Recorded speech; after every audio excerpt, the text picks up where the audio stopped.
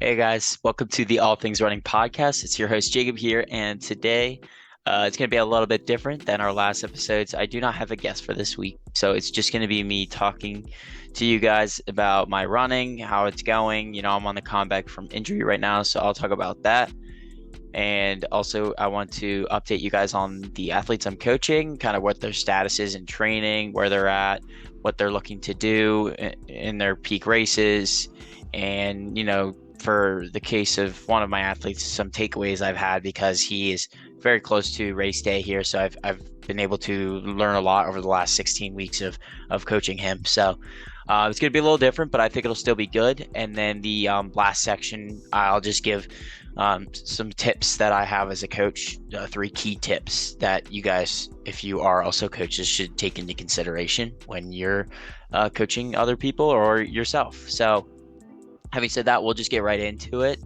Okay, guys, so the first thing is my update. So, a few months back, I picked up a lower back injury that kind of took me out for some time. I think I was out of running fully for 4 weeks, but I also prior to that tried to fight through it and like get back into a rhythm, and it didn't go well because my back was pretty upset.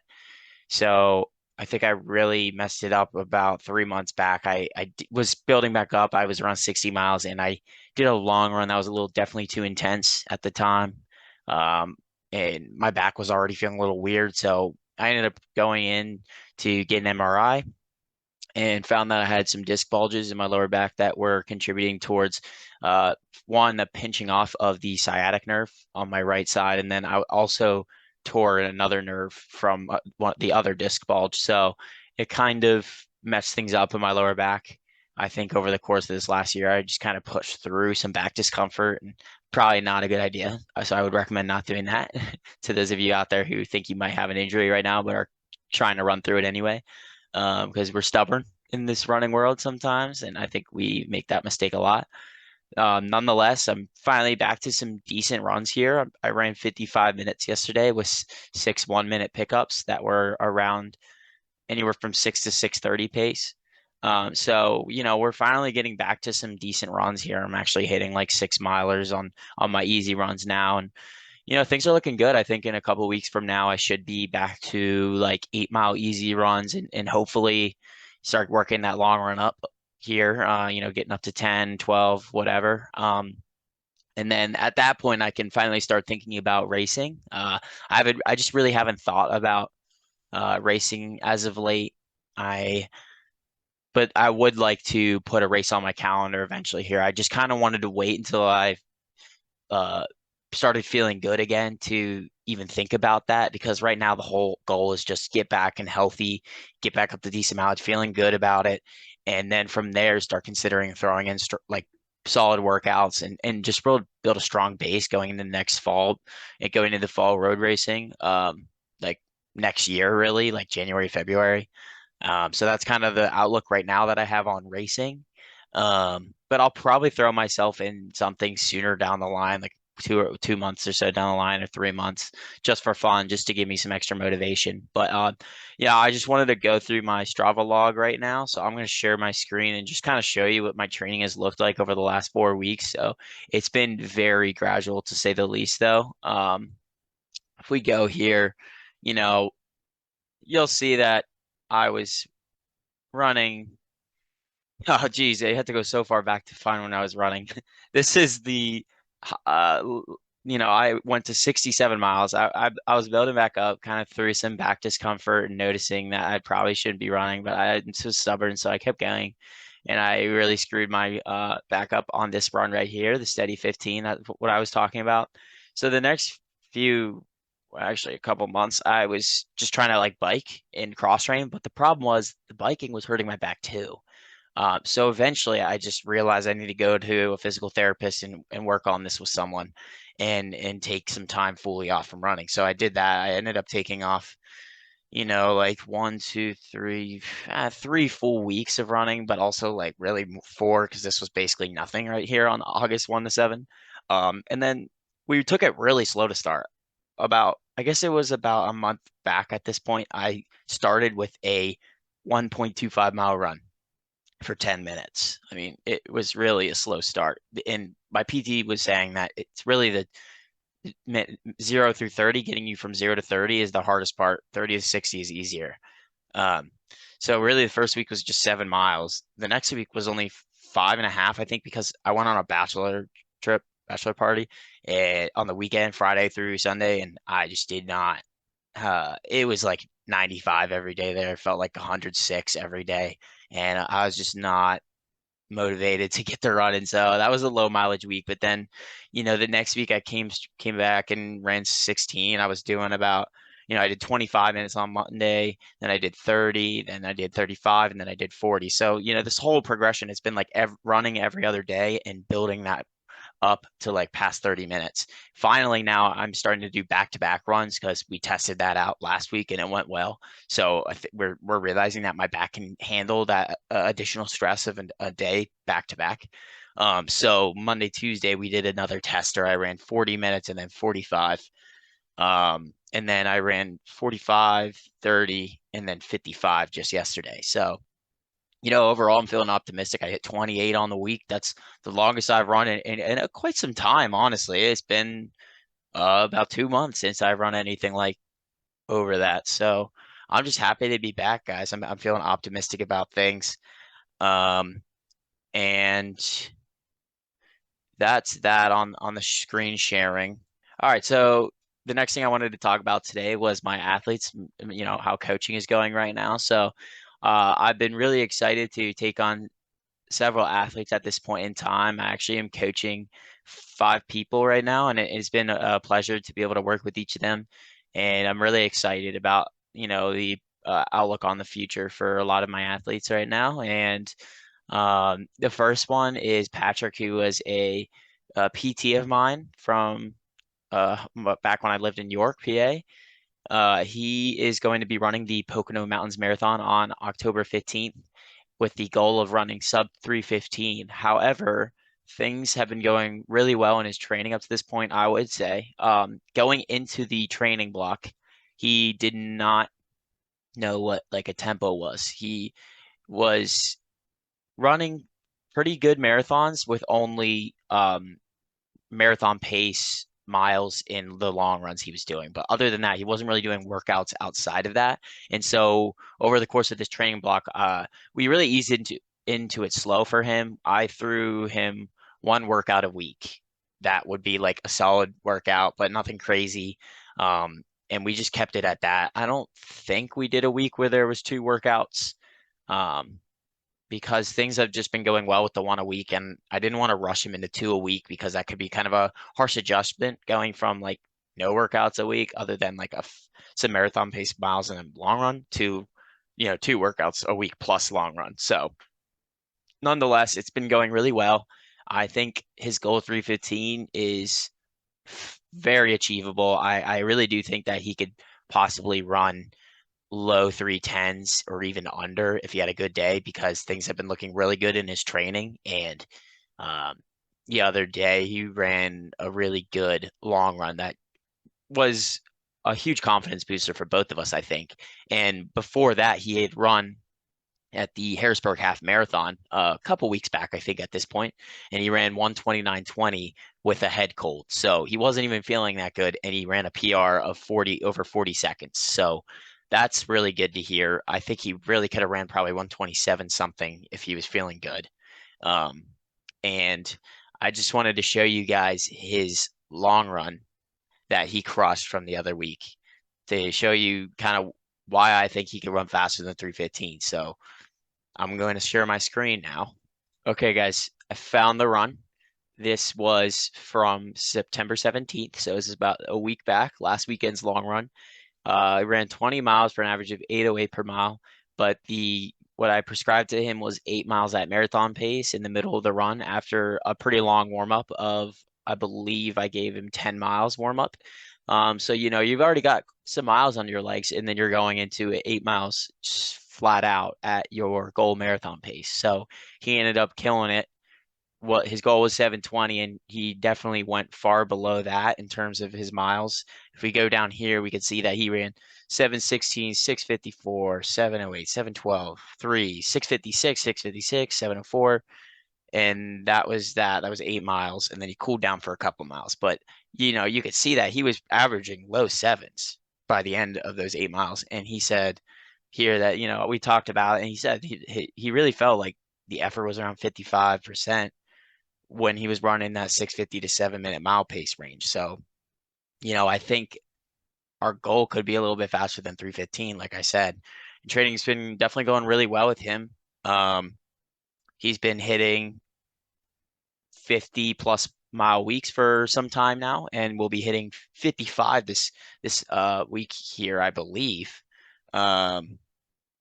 If we go here, you'll see, yes, he hit 54.9 miles on the week. So we've been building him really good here. He's been having consistent workouts, hitting strong workouts. We've only had to skip maybe one workout, I think, from some extra fatigue he was feeling, which is really important, I think. And overall, it's just been going really good with him. So I'm feeling very good about that, guys, and happy to be coaching him. And I think he's gonna kill it in 3 weeks time, I guess it is October 15th. So currently we're towards the end of the race specific work right now. We're kind of just trying to sharpen him up at this point for race day, which is now, yeah, through, like I said, 3 weeks out. I'm really just hoping to work on the speed a little bit more with him to make the marathon effort feel a little easier. I know that he's strong. I know that he has the endurance side of things. And I think if we spend a little bit more time developing the speed side with like some progressions or something, that will be the icing on top. Uh, so that's what I'm looking to do over the next couple weeks here. And the takeaway that I've had is definitely that his strength is very much so there. We just need to work on the speed a little bit more to fine tune in these last few weeks and work on that weakness a little bit. The next athlete I'm coaching right now is Patrick Bowman, who's a good friend of mine. We were roommates for several years at the University of Pittsburgh, and he's running the EQT 10 miler on November 6th with the goal of running sub 56, which is 5:36 per mile pace. Currently we spent a pretty short amount of time building his base given the time crunch that he had. And also he only took like a week and a half or like a week off from serious training. So it wasn't like he lost a ton of fitness. You only lose like 3-4% of your VO2 max in a week, I believe. It might be slightly higher than that, but you don't lose a lot of fitness. And so when he came to me, we only had about 12 weeks, but nonetheless, it's enough time for a 10 miler, I think. And I know he's a strong runner. He has run 2:42 in the marathon, which he ran at the Toledo Marathon in April of last year, which I also ran. So now we're into the race specific phase here, trying to start and throw him some speed workouts that are geared towards the 10 miler and throwing in longer fartleks and good hill efforts. But in a few weeks time, we'll be throwing in some more specific stuff. So that's where he's at in his training. He's about 5-6 weeks out, I believe 5 weeks out. So we're getting down to the nitty gritty here, and then we'll have a couple weeks taper, I think. The third athlete is Paige. She went to Pitt as well. So we were friends there, and she's running the Philadelphia Half Marathon on November 19th with the goal of running sub 130 or 652 per mile pace at Philly. Currently, she's in the base building phase, but we'll be transitioning into more of a race specific phase very shortly here, throwing her some more intense workouts, higher duration workouts, which will be happening about a week from now. So I'm feeling good about that. The fourth athlete is Sophie. She also friends from Pitt. She's running the Mesa Marathon on February 3rd. She just really wants to finish and have fun. So I'm just going to help her to achieve that goal. She took a pretty decent break from running. So we just really want to get her back into things slow. So we have about 20 weeks here since it's in February. So we're really just in a preparation phase right now with her, kind of like a pre-base phase where we're just trying to get her feet back under her, get her back into a rhythm with running. Because when you take a lot of time off, you can kind of lose that rhythm, and it can take some time to get back into it. And also, you feel terrible like every single run, so we're just kind of working through that right now, trying to get her past that.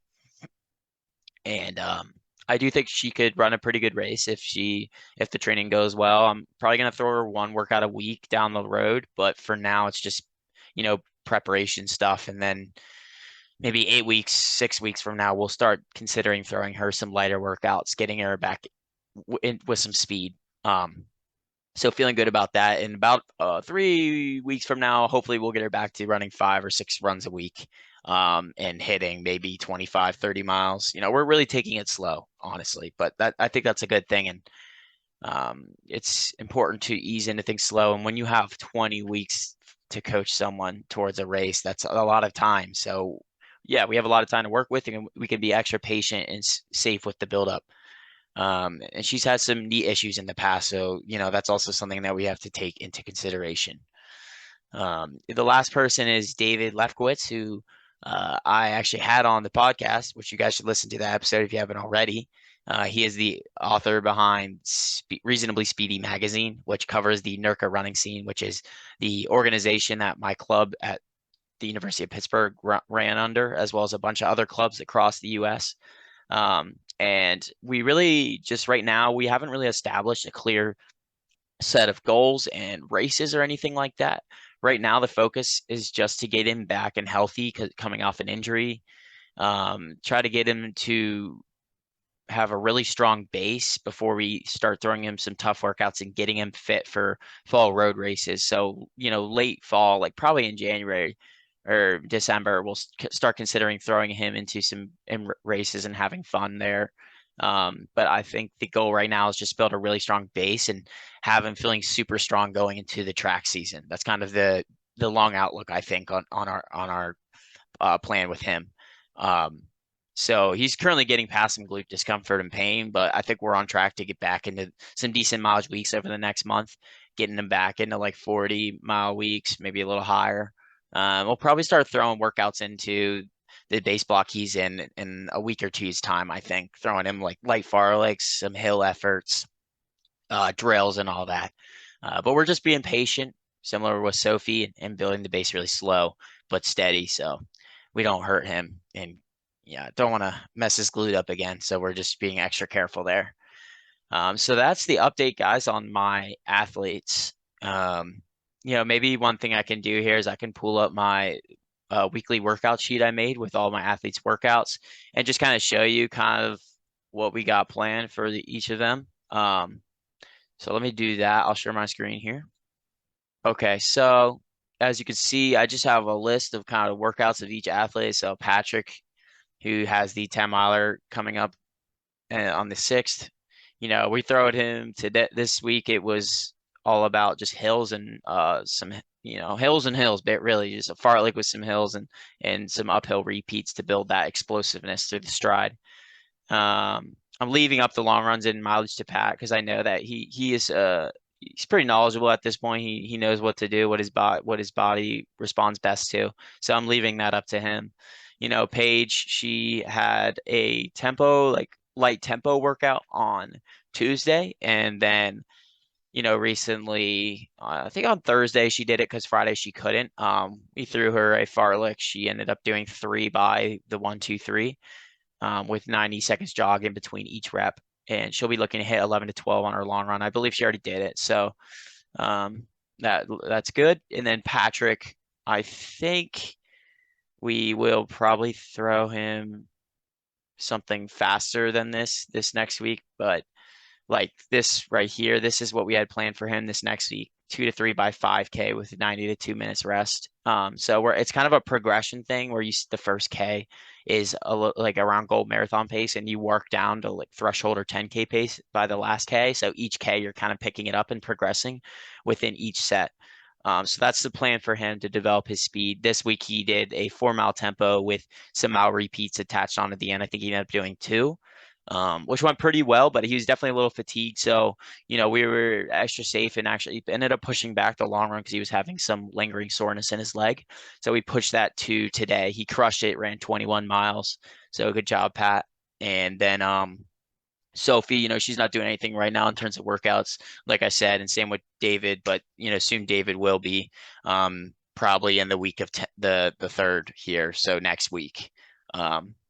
So yeah, that's about it really, I guess. And then for Paige this next week, we have 2 by 10 minute tempo with 2 minutes rest, then into 2 by 5 minute tempo, and then some faster strides just to get the turnover going. I think it's always a good idea to throw some turnover into tempo workouts.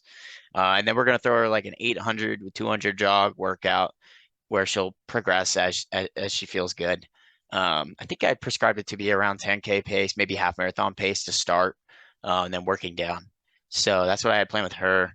Patrick, as you know, similarly, Patrick, we're easing him back into workouts here during the base phase, starting to build that tempo up a little bit, getting him 10 minutes, then 3 to 4 by 5 minute, and then 6 to 8 by K with 90 seconds rest the other day of the week. I usually like to space the workouts out like Tuesday, Friday with my athletes to give them 2 days recovery. I think that's kind of essential, really, especially when you're trying to train at a higher level. You need the 2 days rest to fully recover before the next workout. So yeah, that's all I'll show. That you can look at the rest if you want. Maybe I'll throw this in the description so you guys can look at it. But that's that. So I think you guys got the update now on my athletes. So that's where I'm at with my coaching, and really, I'm super excited to see how Patrick Lister does on the 15th at the Pocono Mountains Marathon. I feel really good about it. I think he's going to crush it.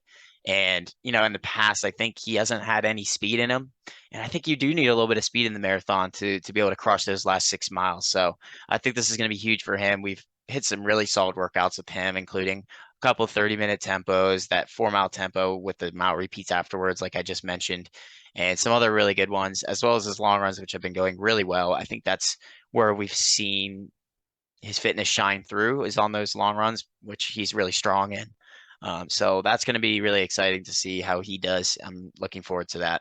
So that's the update on my athletes, guys, and we'll go into the last section here. All right, guys. So this is the last section. I just wanted to give some tips that I think are essential to being a good coach. First of all, you should have flexibility or be adaptable, in other words, with your athletes. So, I really enforce this with mine, and I think it's super important that you're reaching out to your athletes, as much as they're comfortable with. That's something you can establish at the start is like, how involved do you want me to be in your training? Sometimes they don't want to be talked to a lot, but, typically I like to try to reach out to them at least for every workout and before every work. It's almost every day, really, especially with Patrick Lister right now, just to, be able to know how they're feeling because you might need to adjust the training. You might need to, postpone a workout or completely throw it out the window if someone's feeling fatigue or feeling a little sore in a particular area because you want to be careful with your athletes and not push them through and possibly hurt them. So I think that's the great thing about having a coach is that you're getting that outside perspective. And if they're in constant communication with you, it's likely that you'll avoid an injury that may have come up otherwise if you were just coaching yourself and decided to be stubborn and push through a workout, even if you're feeling sore. So that's the first one is just have flexibility with your athletes and reach out to them as often as they're comfortable with to gauge how they're feeling from day to day and as needed, back off on a workout or postpone or skip it altogether. The second tip I have for you guys is to get opinions from others on the training plans you create for your athletes to get that outside perspective. So, before you get into anything workout wise with your athletes and when you generate the plan, you should reach out to someone else who's also a coach or has knowledge in the field of periodization or training, making training plans. And just get that outside perspective because sometimes you can get in your head about things and overcomplicate things, and having someone else tell you that can be helpful, and they can give you advice on what they think could be improved, and you could take that advice and do stuff with that, or you can, you don't have to do anything with it. But I think either way, it's really good to get advice from other people because this sport is a sport where people have a lot of knowledge and you don't want to just keep your scope limited to what you know. You should reach out to other people and get other people's advice, other people's knowledge and wisdom. And that can help you to become a better coach because you might realize things that you're not doing that you should be doing. So yeah, it can be kind of a light bulb moment if you reach out to someone and they say, oh, you're giving them too much intensity on this week or too much duration or whatever, and you can learn a lot from that. So that's my second point. The third point is that you should understand that each athlete is different and how they uh, optimally train when creating your training plans for them. So, every athlete has their own strengths and weaknesses that you need to account for when generating a good training plan for them. One athlete for cross country may have more of a speed background, and you might need to develop things more from a speed side than a pure strength side. Whereas someone who has a lot of strength, has that half marathon type aerobic fitness or base, you might want to approach things differently with them for a cross country season where you're going from more of the endurance side of things. But, having said that, you will want to throw, in the case of someone who has a lot of speed background, you'll want to throw them more endurance workouts to challenge that weakness they might have. Whereas with the strength athlete that I gave in the second example, you're going to probably want to throw them more speed to get them out of their comfort zone and work on the speed side of things and their turnover if that's a weakness for them. So really, you're wanting to tailor towards athletes' strengths and weaknesses. You should complement their strengths and give them workouts that make them feel good and confident, because that's really important that your athletes feel confident going into race day. But you should also force them out of their comfort zones and give them something that they might initially feel reluctant to do when they see it. But that will really help them in the end game, because if you want to compete at the highest level and be the best version of yourself, you need to work on your weaknesses, same as your strengths. You don't want to just give yourself only things that you're good at and that you'll do well at. You want to give yourself stuff that you're bad at or find yourself to be weak in, because that can really take you to the next level, I think. So that's something that I find also very important about coaching.